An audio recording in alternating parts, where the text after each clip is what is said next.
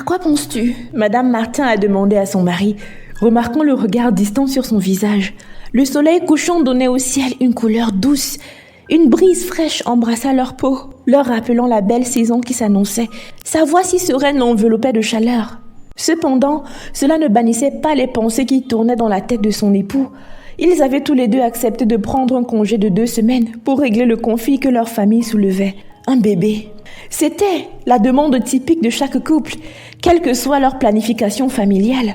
Pour modifier cela, elle et son mari avaient convenu de prendre un congé de travail pour parler davantage du sujet. Aujourd'hui n'était que le 3e jour de leurs mini-vacances et rien n'avait encore été mis sur la table. Avant de continuer avec l'histoire, n'oubliez pas de cliquer sur la cloche de notification afin d'être notifié à chaque nouvelle vidéo postée. Merci. Depuis le début de leur congé, regarder le soleil se coucher depuis leur balcon était devenu une routine. Ils étaient assis comme ça chaque nuit. Ni l'un ni l'autre n'a eu l'audace de jouer les cartes sur table. Eh bien, il ne s'était écoulé que 3 jours. Ils avaient encore 11. 11 jours à redresser les plis menaçant de tordre leur vie de jeunes mariés. « Je ne pense pas », a-t-il répondu. « Je connais ce regard. Tu réalises que tu es un terrible menteur, n'est-ce pas ?» Elle a sondé. Les questions n'ont valu que le silence de Martin. « Allez, tu peux tout me dire », a-t-elle insisté, se penchant hors de sa chaise longue et tirant légèrement sur le manche droite de sa chemise. C'était comme leur lune de miel, sauf que maintenant elle connaissait les bons boutons sur lesquels appuyer pour le faire parler.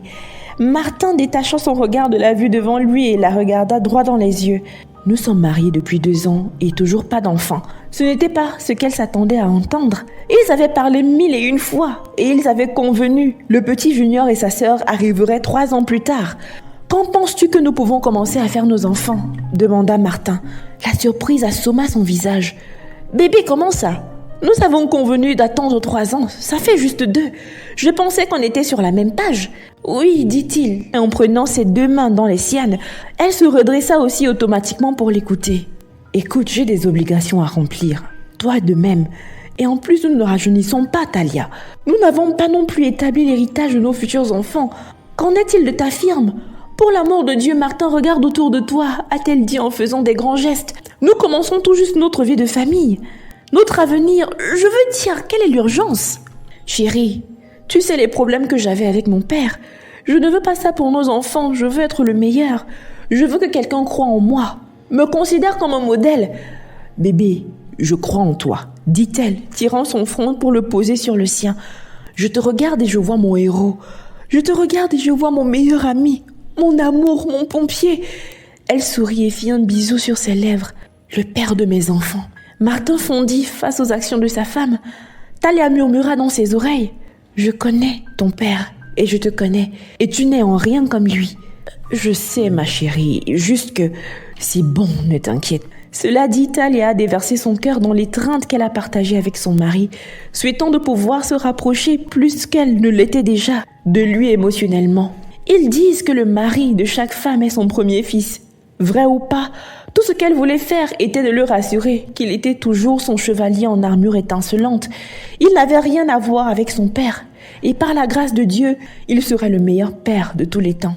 Ce que les Martin ne savaient pas, c'est ce que le destin avait de prévu pour eux. Plus tard dans la soirée, le couple a passé un bon moment ensemble. Un bon rendez-vous hors de leur chambre d'hôtel, un bon dîner, une danse sous les étoiles et ils ont couronné le tout avec un grand moment d'intimité dans leur chambre. À la fin de tout cela, leur matinée bien heureuse a brutalement été interrompue par un appel téléphonique. Désolé de vous interrompre, mais nous avons un problème dans l'entreprise, a déclaré leur assistant personnel et meilleur ami par messagerie vocale. Voici comment partent en fumée 10 jours de bonheur restants, pensa Talia. Ce matin-là, le couple a quitté la chambre d'hôtel à la fois triste et heureux. Cela fait 6 semaines que le couple Martin est revenu de leurs mini-vacances. La vie avait pris une drôle de tournure. La plupart des investisseurs de Martin se retiraient. Les rendements des consommateurs devenaient bas et ses débiteurs ne montraient aucun signe de paiement. Talia, de son côté, ne va pas bien. Apparemment, toute cette épreuve lui faisait des ravages. Martin est revenu un jour du travail pour la trouver sur le canapé en train de pleurer. « Bébé, qu'est-ce qui ne va pas ?» demanda-t-il, laissant tomber ses clés de voiture sur la table. Talia lui tendit un morceau de papier. Les yeux de Martin parcoururent rapidement ce qui reposait sur le dernier paragraphe. « Il est écrit que tu es enceinte. » Il s'exprima comme si c'était une pensée. Puis la réalisation lui vint à l'esprit. « Oh mon Dieu, bébé, nous sommes enceintes !» il cria. Il apporta en tournant et la célébrant. Le manque d'enthousiasme de sa femme cependant l'a rappelé le souvenir de leur dernière conversation. La question du bébé. Qu'est-ce qui ne va pas? C'est une super nouvelle, dit-il en la mettant sur ses pieds. Est-ce vraiment le cas? Ce n'est pas comme ça que j'avais prévu que nous aurions notre premier enfant. Regarde ce qui se passe dans notre entreprise. Sur qui allons-nous nous concentrer? Le bébé ou remettre l'entreprise sur pied?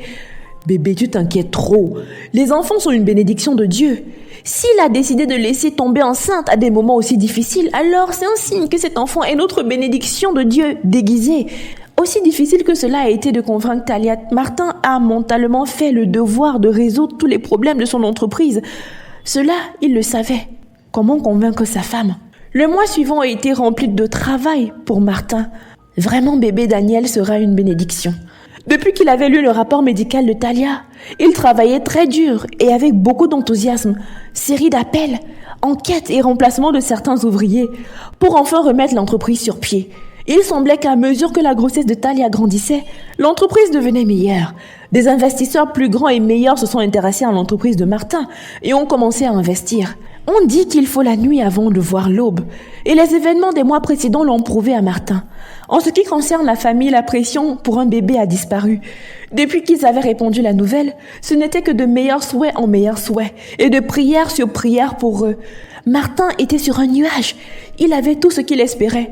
Une femme magnifique enceinte, et une entreprise prospère, et une famille qui les aime et les soutient. Fini les froncements de sourcils qui accompagnaient l'inquiétude suscitée par leur mariage sans enfant. Présent maintenant était Martin, toujours heureux, et une Talia rayonnante et très enceinte.